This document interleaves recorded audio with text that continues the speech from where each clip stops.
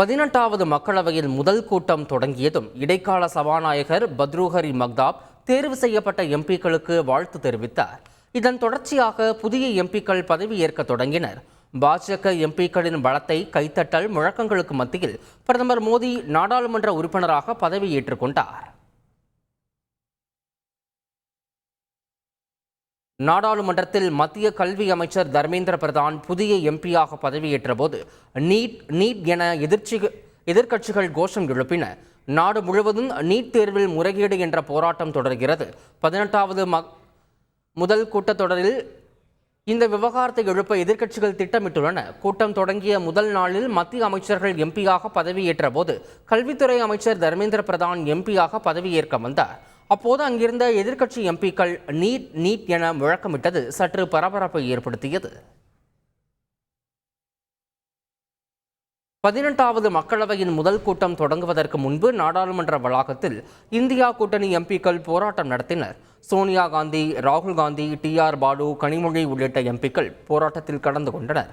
அரசியல் சாசனத்தை கையில் ஏந்தியவாறு போராட்டம் நடத்தியவர்கள் சர்வாதிகாரம் ஒழிய வேண்டும் என கோஷம் எழுப்பினர். நீட் நுழைவுத் தேர்வு முறையையே ரத்து செய்ய வேண்டும் என பிரதமர் மோடிக்கு மேற்கு வங்க முதல்வர் மம்தா பானர்ஜி கடிதம் எழுதியுள்ளார்.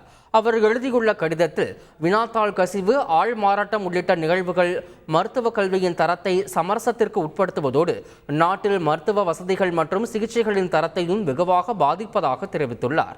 மாநில அரசுகளின் எந்தவிதமான ஈடுபாடும் இன்றி மருத்துவ படிப்புகளுக்கான மாணவர் சேர்க்கையை மத்திய அரசு தன்னிச்சையாக தனது கட்டுப்பாட்டில் எடுத்துக்கொண்டதாகவும் இது நாட்டில் உள்ள கூட்டாட்சி அமைப்பு முறையை மீறும் செயல் எனவும் தெரிவித்துள்ளார்.